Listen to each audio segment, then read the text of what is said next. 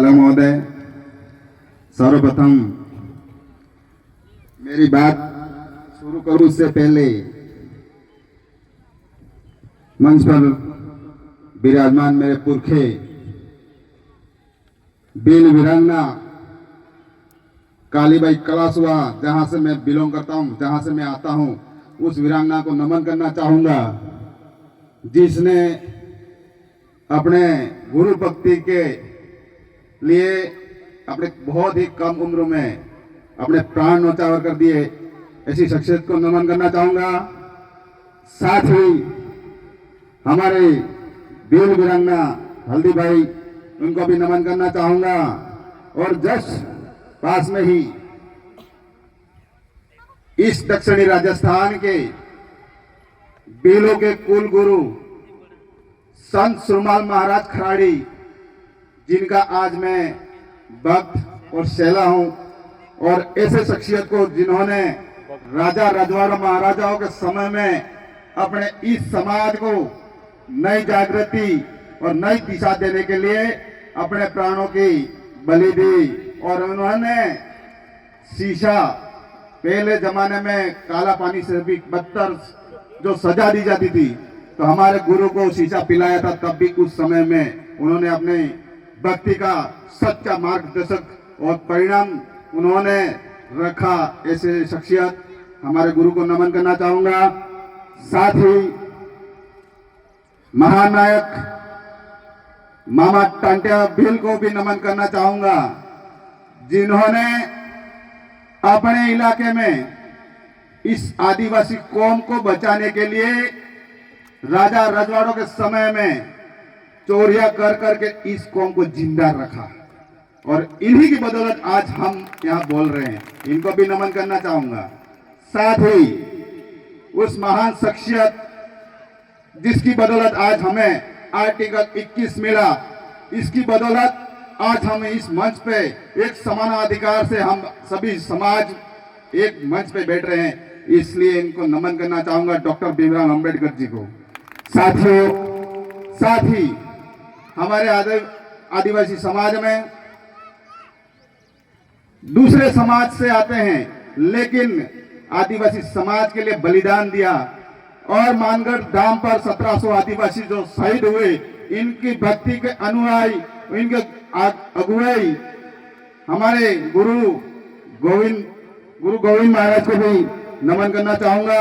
साथ ही महान शख्सियत जिसकी बदौलत आज हम जल जंगल जमीन की बात करते हैं, और जिसकी बदौलत आज हमें जमीन का, आदिवासियों का अधिकार मिला, उस बिरसा मुंडा को भी नमन करना चाहूंगा, जिन्होंने इस समाज के लिए 25 साल की उम्र में हंसते हंसते बलि चढ़ गए।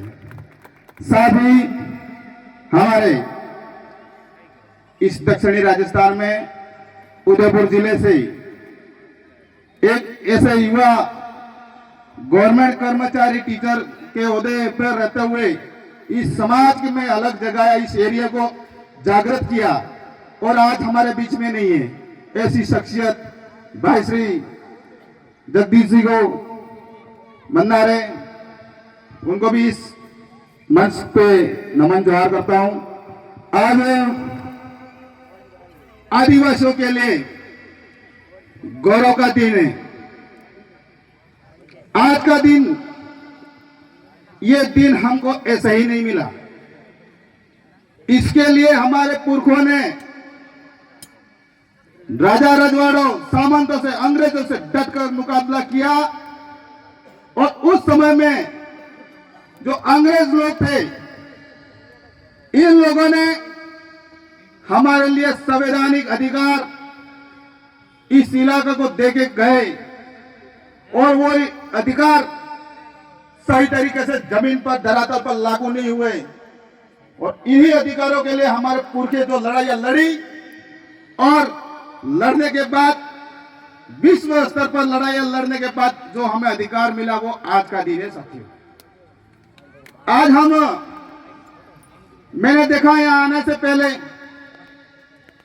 कि हमारे बहुत सारे युवा भाई बाइकों पर झंडे लगा के आए, अच्छा टी शर्ट पहन लिया, और आदिवासी समाज का सबसे बढ़िया स्लोगन जय जोहार जय आदिवासी का उस टी शर्ट पे या छाती पे छपा के भी आ गई। लेकिन जब मैं यहां आया उस समय हजारों की तादाद में यहां मौजूद थे, लेकिन अब धीरे धीरे ऐसा लगा कि हमारा जो संवैधानिक अधिकार, संवैधानिक जागृति और हम जिस समाज को जागरूक करने के लिए यहाँ आए, वो युवा यहाँ सुनने के लिए अभी फिलहाल पंडाल में मौजूद नहीं है। इस बात का बहुत बड़ा दुख है साथियों। लेकिन जितने भी यहाँ पंडाल में बैठे हुए मेरे युवा शेरों के बैठे हैं, उनसे मैं तहे दिल से हार्दिक जोहार अभिनंदन करना चाहूंगा कि आपने अपनी आदिवासियत और अपने हक अधिकार की आवाज बुलंद करने के लिए अभी तक यहाँ डटे हुए हैं। और मैं कल रात को यहां आया और इससे पहले डॉक्टर राम प्रकाश जी से भी चर्चा हुई और मैं इससे पहले भी आया था विश्व आदिवासी दिवस पर। मैंने यहां जो समस्याएं देखी और मैंने खुद ने मंथन किया, एनालाइज किया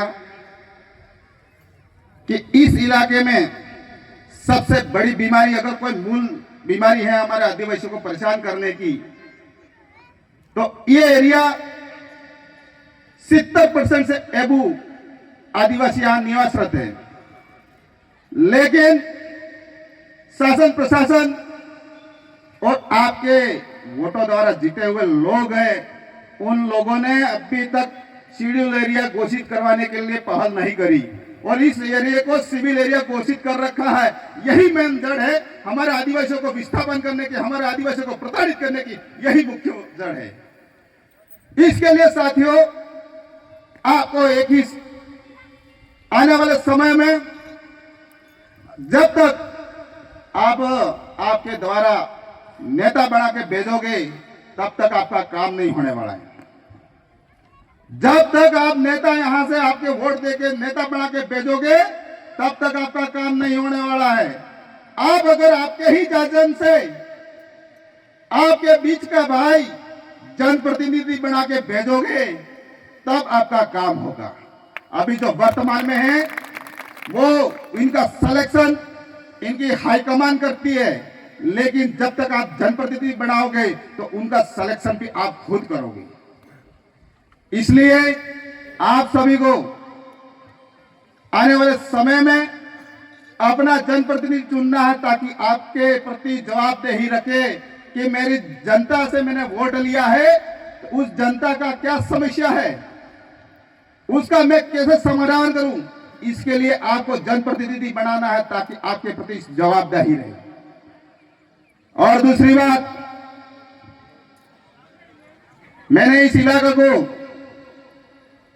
जब से स्टडी किया है, जब भी इस इलाके में कोई समाज को जागृत करने की बात आती है तब शासन प्रशासन द्वारा हमारे लोगों को प्रताड़ित किया जाता है।